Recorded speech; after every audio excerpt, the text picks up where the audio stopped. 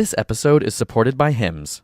Circumcision of the male penis has been practiced for thousands of years, often related to cultural and religious traditions. But whether you're cut or uncut, is one better in terms of health, how it feels, or sex? Circumcision is a medical procedure that removes the foreskin from the head of the penis, exposing the glands. Though its exact origin and intent is still debated, by the time it became common in the English-speaking world, the 19th century, it was actually used in order to reduce sexual pleasure and as a deterrent to masturbation, which was believed to cause many mental and physical illnesses. But the medical benefits of circumcision came into question in the late 1960s when the research community came out against it, claiming that there was no clear medical benefit and the risk for severe blood loss, infection, or death was high.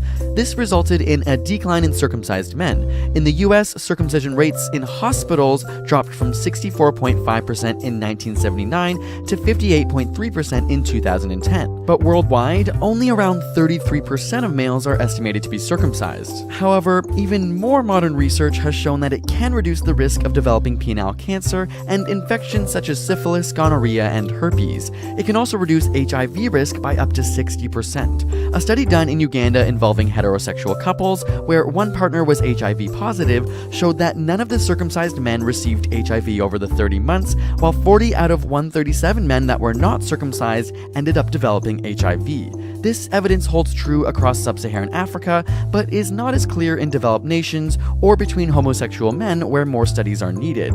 For women, a circumcised sexual partner may have a reduced risk of HPV, thereby reducing their risk of developing cervical cancer. So, how does circumcision protect against STIs? A study completed by Dr. Price and his team at Northern Arizona University showed that 1 year after adult circumcision, the males ended up with 81% less bacteria on and around their penis. Dr. Price explained that with uncircumcised men, the foreskin may be susceptible to infection because the bacteria overload could prevent specialized skin cells, known as Langerhans cells, from stimulating the immune system. However, with good hygiene, these risks can be minimized. The benefits of circumcision begin to decrease when you study sexual pleasure. Research indicates that the removal of the foreskin reduces sensitivity of the penis. The foreskin is innervated with specialized nerves that can detect light touch like the nerves found on our fingertips and lips. The most sensitive part of the penis is found between the transition region between the external and internal part of the foreskin, which is the region exposed when the foreskin rolls back during sexual activity. Studies have shown that even the most sensitive part of a circumcised penis is not as sensitive as the foreskin. But this reduced sensitivity due to circumcision could allow men to last longer during sex. One study documented 47 men who experienced premature ejaculation. When studying before versus after circumcision, it was found that the time of ejaculation